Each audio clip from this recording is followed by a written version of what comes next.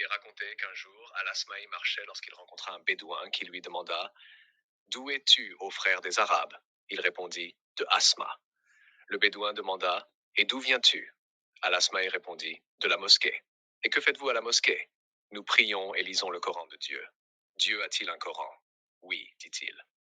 Récite-moi quelque chose de cela. Alors il lui récita la sourate Ad-Dariyat. Lorsqu'il arriva au verset: Et dans le ciel est votre subsistance et ce que vous êtes promis, le bédouin dit: Cela suffit, se leva, égorgea sa chamelle et la donna en aumône, convaincu de la vérité du pourvoyeur, puis il partit. Al-Asma'i dit: 2 ans après notre rencontre, je suis parti pour le Hajj avec Al-Rashid et j'ai rencontré ce bédouin. Il vint à moi et demanda: N'es-tu pas Al-Asma'i? J'ai répondu: Oui. Il dit: Donne-moi plus de ce que tu m'as récité la dernière fois. Alors, je lui ai récité le reste de la sourate. Par le Seigneur du ciel et de la terre, c'est la vérité, tout comme vous parlez.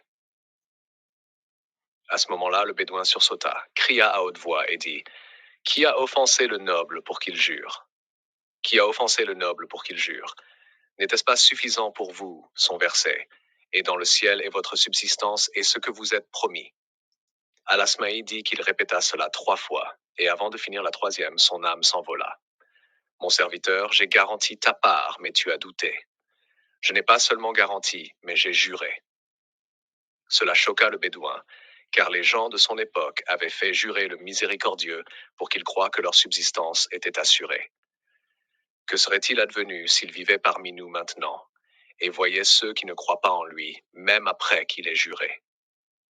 Tu vois chacun d'eux courir après l'accumulation de l'argent, même si c'est illégal, sous prétexte qu'il ne garantit pas les circonstances et veut sécuriser l'avenir pour ses enfants, faisant du monde sa plus grande préoccupation et l'étendue de sa connaissance, adoptant comme principe de vie: il réussit, celui qui a une maison, une voiture et un compte en banque, au lieu du verset: il a réussi, celui qui purifie son âme, et il a échoué, celui qui la corrompt.